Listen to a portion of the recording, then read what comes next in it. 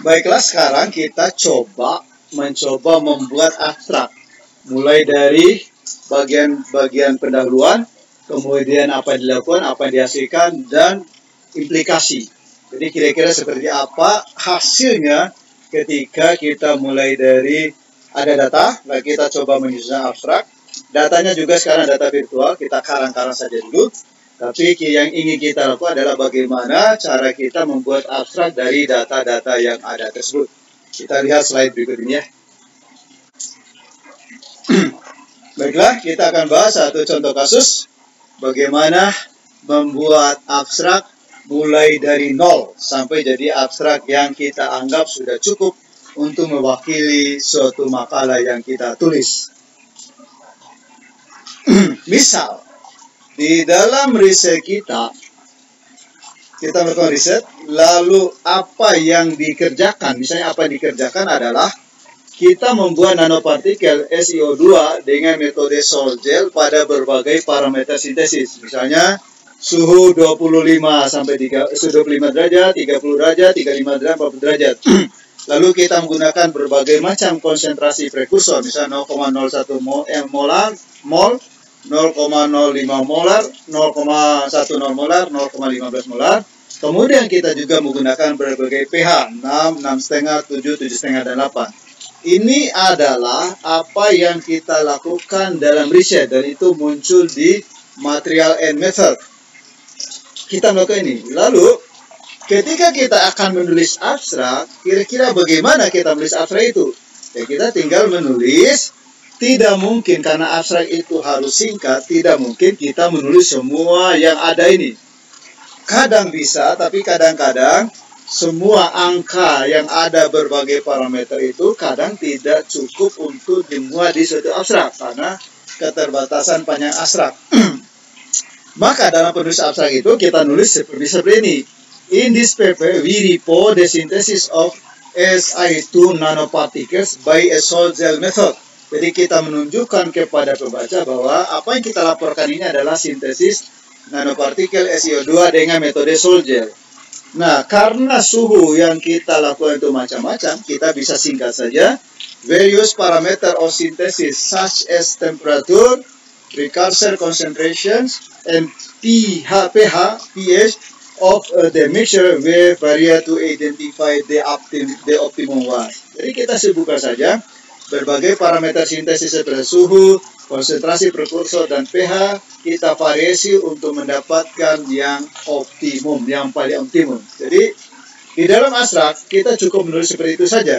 Tidak perlu menulis semua angka ini, apalagi kalau angka dengan penulisan angka-angka yang banyak itu membuat abstrak akan terlalu panjang. Kita memahami bahwa pembaca makalah ilmiah itu adalah pakar di bidang terkait. Jadi, jangan sampai juga kita memberikan mereka informasi yang sebenarnya mereka sudah sangat paham.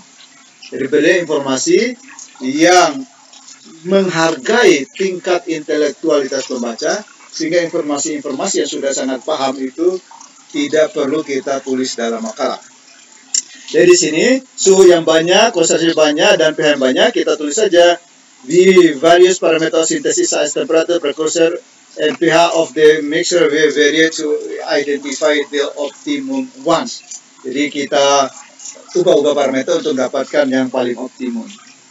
Kemudian ketika misalnya dalam riset ini kita hasil signifikan kita adalah parameter sintesis yang optimum adalah suhu 35, konsentrasi 0,05, dan pH 7,5.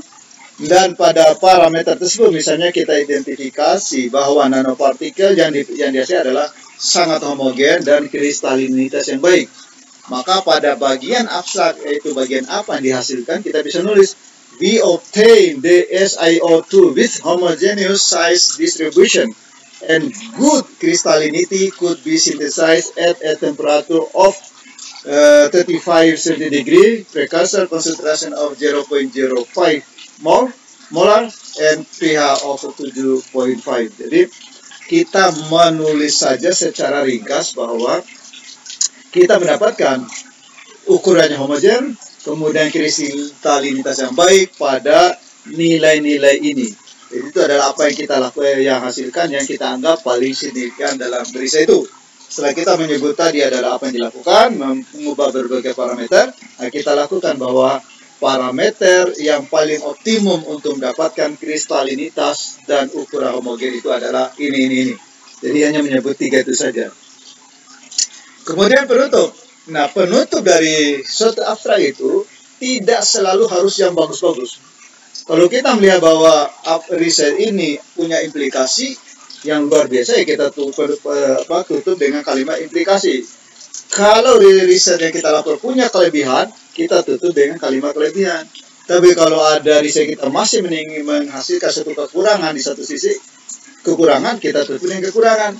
Jadi jangan dianggap riset itu selalu menghasilkan kelebihan, ada juga kekurangan. Nah, kekurangan dalam suatu riset bisa menjadi topik riset baru bagi kita atau bagi peneliti lain. Jadi peneliti membaca kekurangan riset kita, maka dia mungkin akan melakukan riset baru untuk mencari menutup kekurangan riset kita itu. Nah, contohnya di sini. Misalnya penutup dengan implikasi, kita bisa menulis nanoparticle of SiO2 with homogeneous size distribution and good crystallinity are potential candidate for development of future electronic device. Jadi kita tidak melakukan ini, tapi kita menduga bahwa material dengan kristalinitas dan yang baik dan distribusi yang homogen itu punya potensi untuk digunakan dalam teknologi device elektronik masa depan. Kita tulis, apa yang kita lakukan? Tidak, tapi dugaan kita bahwa material ini punya aplikasi di situ. Tapi tidak ngarang-ngarang juga, karena kita tahu bahwa device elektronik itu banyak menggunakan silika. Nah, kita membuat silika dalam ukuran nano, homogen dan kristalitas yang baik. Jadi kita menduga, rasanya material kita ini bisa dipakai di dalam desain elektronik device masa depan. Nah, kita tidak mengarang, tapi kita memberi informasi kepada si pembaca, ini loh riset saya ini, riset kami ini bukan riset main-main, riset kami ini punya implikasi di teknologi masa depan.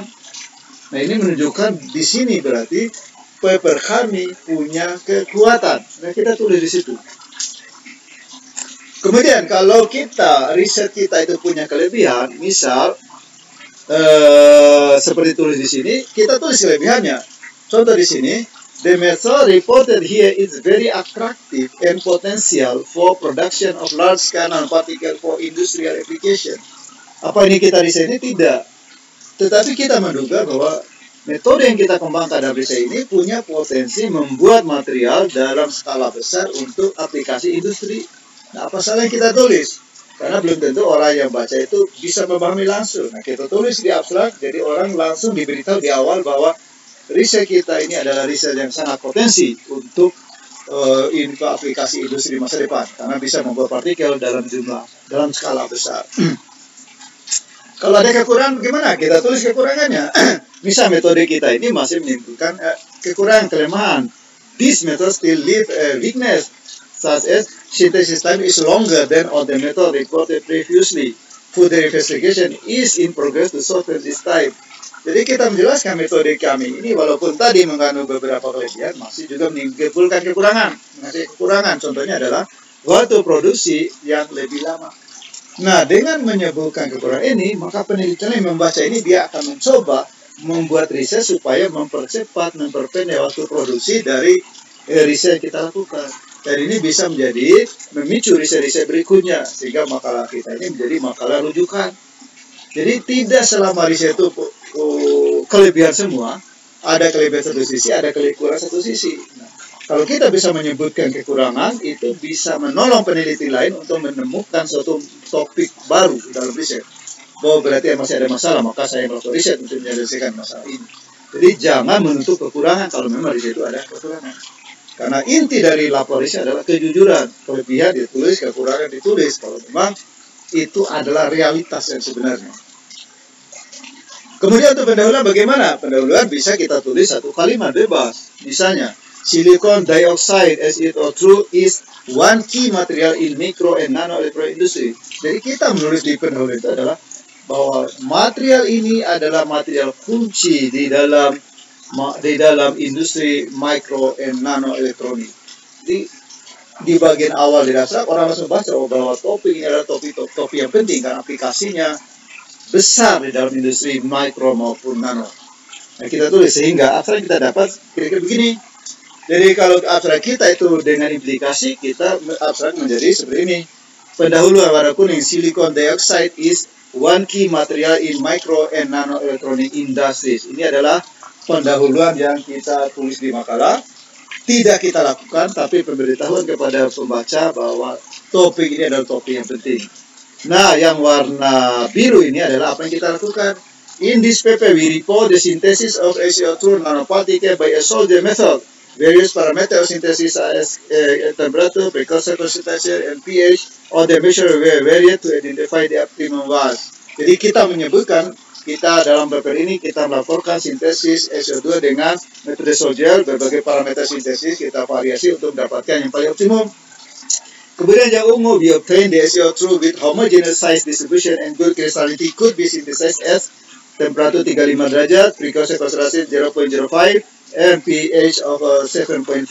Jadi bagian yang ungu itu memberitahukan bahwa kita mendapatkan parameter yang paling optimum adalah sekian. Kemudian implikasi, nanoparticle of SiO2 with homogeneous size distribution and good crystallinity are potential candidates for development of future electronic devices. Jadi bagian hijau bukan kita lakukan, satu implikasi yang kita duga dari riset kita itu peranannya di mana. Kemudian kalau abstrak itu ada kelebihan, yang bagian lainnya sama. Nah, bagian terakhir dari abstrak itu yaitu penutup.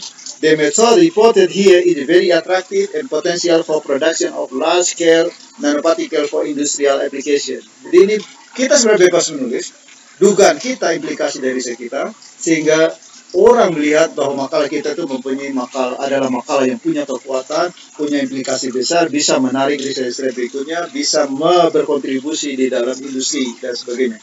Terus kita mikir, rasanya harus dimunculkan ini supaya orang lain langsung tahu ini adalah riset yang sangat luar biasa. Kemudian kalau kekurangan, ada kekurangan, bagian sama, pendahuluan sama, apa yang dilakukan sama, apa yang dihasilkan sama, yang beda adalah this method still leave weakness such as the synthesis time is longer than other reported methods previously. Jadi dibanding dengan metode dilaporkan peneliti sebelumnya, metode yang kita laporkan memang masih mengandung kekurangan, yaitu waktu sintesisnya lebih lama. Lalu kita sebut further investigation is in progress to shorten this method. Jadi ini kita menyebut kita sedang melakukan investigasi lebih lanjut untuk memendekkan waktu sintesis. Tapi kalau peneliti lain juga membaca ini, mungkin dia akan mendapat satu topik riset untuk melakukan riset lebih lanjut bagaimana mempersingkat metode yang kita laporkan di sini. Jadi kira-kira seperti itu cara menyusun abstrak. Sebenarnya sederhana, kita identifikasi dulu apa yang kita lakukan, lalu apa hasil-hasil yang paling signifikan kita dapat.